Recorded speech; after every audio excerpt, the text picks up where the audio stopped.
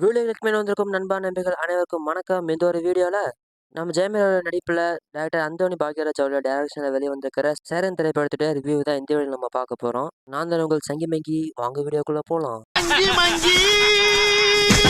அடங்கோ Cheran first இந்த படத்தோட கதையை பத்தி பார்த்தோம்னா, நம்ம ஹீரோவா இருக்கிறவர் படத்தோட ஆரம்ப கட்டத்துல ஜெயில்ல இருக்காரு. அவர் பொண்டாட்டியவே கொலை பண்ணிட்டு ஜெயிலுக்கு போயிருக்காரு அப்படின்னு பார்த்தீங்கன்னா சொல்றாங்க. அதுக்கப்புறம் பார்த்தீங்கன்னா அவரை பரோல்ல பார்த்தீங்கன்னா 14 நாளைக்கு விடுறாங்க. வெளிய வந்தோனே பார்த்தீங்கன்னா, தொடர்ந்து கொலைகள்லாம் நடக்குது ஒரு பக்கம்.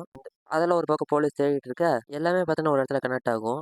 இந்த கொலையெல்லாம் பண்ணது நம்ம ஜெயம் ரவி தான் அப்படின்னு சொல்லிட்டு போலீஸ்ல சொல்லுவாங்க. அதுக்கப்புறம் உண்மையிலே அவர் தான் கொலை பண்ணாரா இல்லையா? அதுக்கப்புறம் என்ன நடந்துச்சு அப்படிங்கிறது தான் இந்த படத்துடைய கதை.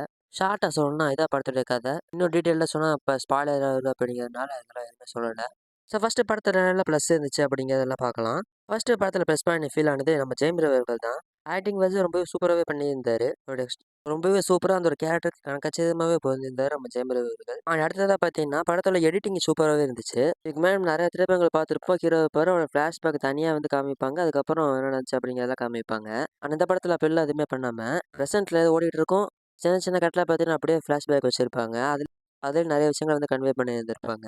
ஸோ ஃபிளாஷ்பேக் போர்ஷன் பார்த்தீங்கன்னா ரொம்ப பெருசாலாம் இருக்காது. ஸோ அந்த மாரி வித்தியாசமா எடிட் பண்ணியிருந்தது ரொம்ப புதுசாவும் இருந்துச்சு. பூர்வமா எக்ஸ்பீரியன்ஸாவும் இருந்துச்சு. ஸோ அதனால நெறைய ஆடியன்ஸ்க்கு இதனாலே பிடிக்கிறதுக்கு பார்த்தீங்கன்னா வாய்ப்புகள் இருக்கு. ஸோ அதே பார்த்தீங்கன்னா படத்தோட பெரிய ப்ளஸ் பாயிண்ட்டு.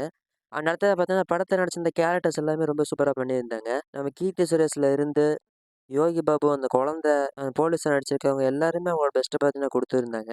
சமுத்திரக்கனியன், வில்லன்கள் எல்லாருமே அவங்களோட பெஸ்ட்ட வந்து குடுத்துருந்தாங்க. அடுத்தது பார்த்தீங்கன்னா, படத்துல யூஸ் பண்ணியிருந்த காமெடி எல்லாமே நல்லா இருந்துச்சு. யோகி பாபு அவர்கள் தான் படத்துல நெறைய காமெடி பண்ணிட்டுருப்பாரு. ரொம்பவே சூப்பர். அவர் வர போர்ஷன் எல்லாமே ரொம்ப என்ஜாய் பண்ணிட்டு இருந்தாங்க. அடுத்தது பார்த்தீங்கன்னா, படத்தோட ஃபர்ஸ்ட் ஹாஃப் ரொம்பவே சூப்பரா இருந்துச்சு. என்ன நடந்துச்சுன்னு சொல்லி கொஞ்சம் கொஞ்சமா கன்வே பண்ணாம, யார் கொலையெல்லாம் பண்ணா அப்படின்னு சொல்லிட்டு ஒரு சின்ன சஸ்பென்ஸோட பண்ணியிருந்திருப்பாங்க. ஸோ ஃபர்ஸ்ட் ஹாஃப் பார்த்தீங்கன்னா ரொம்ப சூப்பரா இருந்துச்சு. ஸோ படத்தோட ப்ளஸ் பாயிண்ட்லாம் அவ்வளோதான். நெகட்டிவிட்டில என்ன இருக்கு அப்படின்னு சொல்லிட்டு பார்க்கலாம். ஃபர்ஸ்ட் நெகட்டிவ்னு பார்த்தீங்கன்னா, படத்தோட ஸ்க்ரீன் ப்ளே தான். முன்னாடி சொன்ன மாரி எடிட்டிங் வைஸா ரொம்ப நல்லா பண்ணியிருந்தாங்க. இருந்தாலும் இந்த லேக் அப்படிங்கிற ஒரு விஷயம் பார்த்தீங்கன்னா, இந்த படத்துல இருந்துச்சு. இப்ப ரீசென்ட்டா ரிலீஸ் ஆன எல்லா படத்துலயுமே இந்த லேக்னால படமே டிசப்பாயின்ட்மென்ட் குடுத்துட்டு இருந்துச்சு. ஸோ அந்த வேகத்துல எந்த ஒரு திரைப்படமும் பார்த்தீங்கன்னா, லேக் இருக்கு. ஸோ பார்ப்போம் எந்த மாரி எக்ஸ்பீரியன்ஸ குடுக்க போகுது ஆடியன்ஸ்க்கு அப்படின்னு சொல்லிட்டு. அடுத்தது பார்த்தீங்கன்னா, படத்துல பிஜிஎம் அண்ட் சாங்ஸ்லாம் கொஞ்சம் சுமாரா அந்த மாரி தான் ஃபீல் ஆச்சு. சாங்ஸ் எடுத்துக்கிட்டா அந்த சீன் கூட ரொம்ப ரொம்ப நல்லா இருந்துச்சு. சாங் பார்த்தீங்கன்னா, அவ்வளோ குறை சொல்ற அளவுக்கு இல்ல. ஆனா பிஜிஎம்லாம் பார்த்தீங்கன்னா, ரொம்பவே கம்மியா அந்த மாரி தான் இருந்துச்சு. சென்டிமெண்ட் சீனுக்குலாம் நல்லா இருக்கு. இந்த மாஸ் சீனுக்குலாம் பார்த்தீங்கன்னா, பிஜிஎம் பேஸா ரொம்பவே கம்மியா அந்த மாரி தான் ஃபீல் ஆச்சு. அந்த இடத்துல ஜிவி பிரகாஷ் மிஸ் பண்ணியிருக்காரு அப்படிங்கிறது தான் உண்ம. அடுத்தது பார்த்தீங்கன்னா, திரைப்படத்துல என்ன கதைய சொல்ல வராங்க அப்படின்னு சொல்லிட்டு தெரியல.